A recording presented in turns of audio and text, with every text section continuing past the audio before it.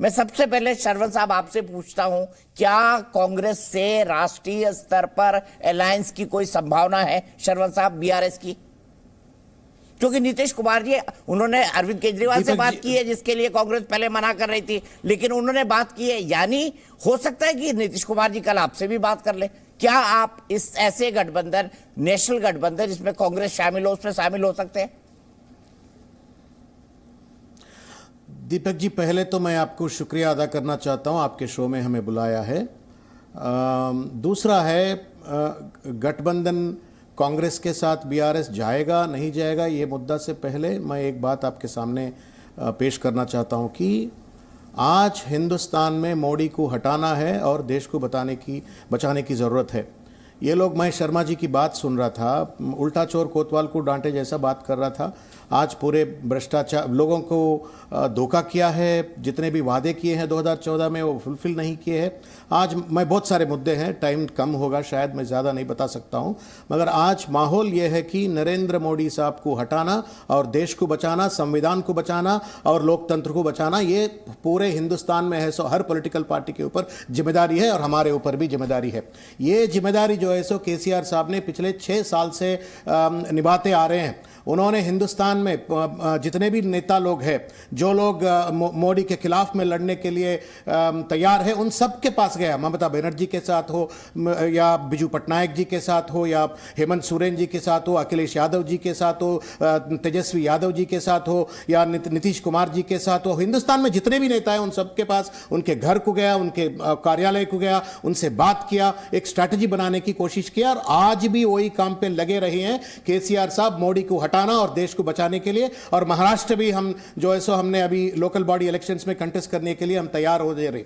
तो बात यह है, कांग्रेस के पास जाएंगे ना जाएंगे बात ये नहीं है। आज मोदी को गद्दे से उतारने के लिए एक क्रेडिबल लीडरशिप की जरूरत है, प्रूवन कॉम्पिटेंसी है, सो लीडरशिप की जरूरत है, हाई परफॉर्मिंग जो आदमी ने जो नेता ने बताया उनकी जरूरत है। आज हिंदुस्तान में तेलंगाना मॉडल एक जगमगाता हुआ एक मॉडल नजर आ रहा है। किसान के डेवलपमेंट के लिए समझो, या पानी लाने के लिए बात समझो, या ड्रिंकिंग वाटर देने की समझो, और एसेट क्रिएशन का, वेल्थ क्रिएशन करने में भी आज तेलंगाना एक नया मॉडल डेवलप हुआ। यह मॉडल पूरा हिंदुस्तान में अमल होने की जरूरत है। दूसरा है, कांग्रेस, मैं राहुल जी के साथ काम किया था।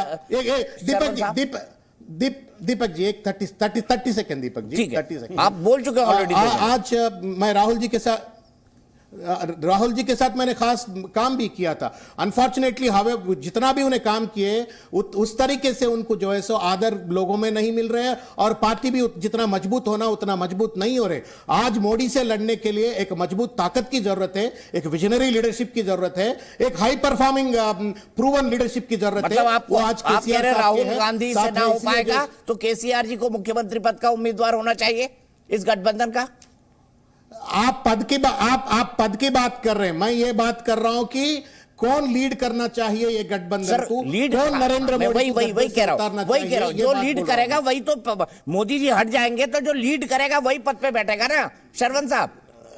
वो इलेक्शंस के बाद की सिनेरियो है। आज के दिन गठबंधन को जो नेता प्रूवन परफॉर्मेंस है, क्रेडिबिलिटी है, विजनरी है और लड़ने की जज्बा है, वो आदमी जो है, मैंने मुख्यमंत्री कह दिया, प्रधानमंत्री की बात हो रही है 543 की 543। ठीक है डॉक्टर अजय आलोक, हो पाएगा ये? क्योंकि हाई परफॉर्मेंस मुख्यमंत्री कौन है?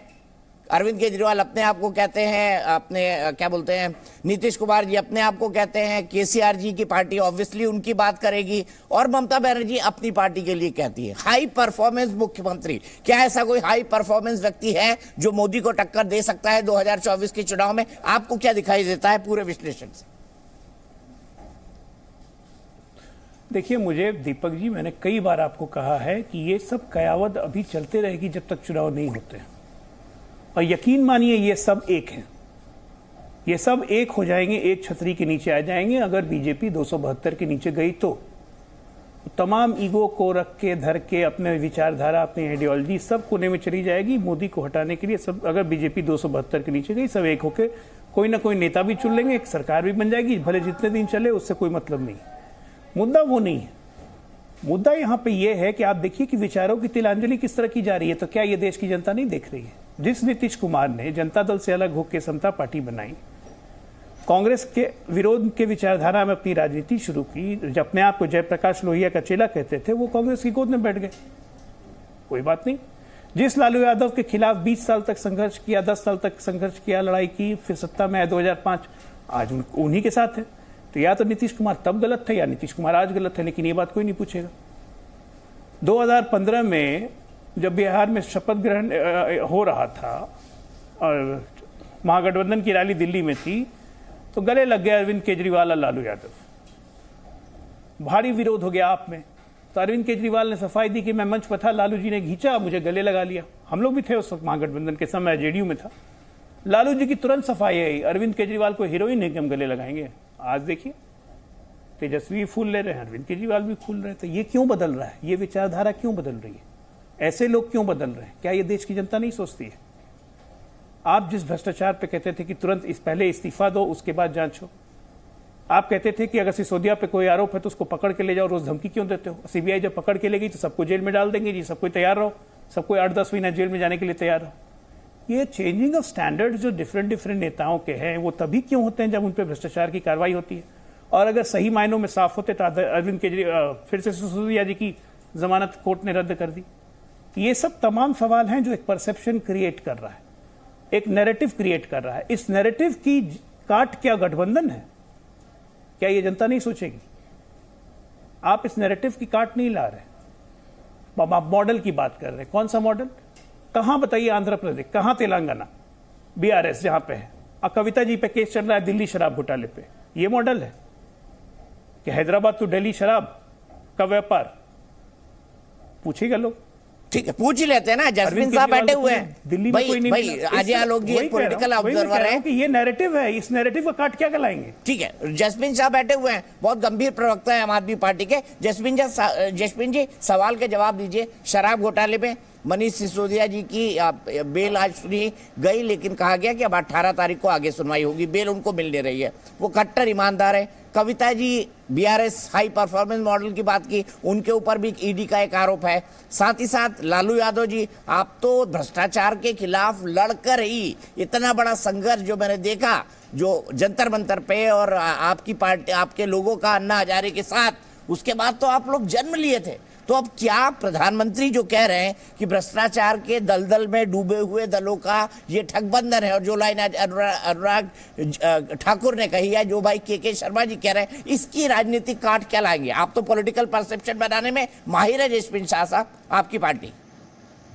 दीपक जी, पहले तो मैं एक बात कह दूं कि भारत के इतिहास में इससे ज्यादा, मोदी सरकार से ज्यादा भ्रष्ट सरकार भारत के लोगों ने नहीं देखी है। और ये आज हमारे देश की सच्चाई है। मैं केवल ये राजनीतिक दल नहीं कह रहे हैं, आप गली गली में जाइए, लोगों से बात कीजिए कि जितने भी भ्रष्टाचार की नदी में डूबे हुए लोग थे, भले वो असम से हेमंत बिश्वा शर्मा हो, चाहे वो महाराष्ट्र से नारायण राणे हो, चाहे वो बंगाल से शुभेंदु अधिकारी हो, मोदी जी का क्या नारा है इनके लिए? कह रहे आ जाओ भाजपा में शामिल हो जाओ, उसके बाद ईडी सीबीआई नहीं मिलेगी। एक मध्य एमपी हैं महाराष्ट्र के, वो कहते भी हैं, स्टेज से, मंच से कहते हैं कि अब क्योंकि मैंने बीजेपी ज्वाइन कर लिया, मुझे नींद अच्छी आ रही है क्योंकि ईडी सीबीआई अब मेरे पीछे नहीं आती। और आप कह रहे हैं कि नहीं, हमें भ्रष्टाचार मुक्त करना है। ईडी और सीबीआई के आंकड़े खुद कहते हैं कि 95% केस पिछले 9 सालों में केवल और केवल विरोधी पार्टी के ऊपर हुआ है। उससे पहले ऐसी कभी एक तरफा आंधी नहीं बैठती थी। कांग्रेस के टाइम पे भी आरोप लगे हैं, लेकिन इस प्रकार से, जहां आपने ईडी और सीबीआई को भाजपा का एक कार्यालय बना दिया है, इस प्रकार से इनका दुरुपयोग कभी भी नहीं हुआ।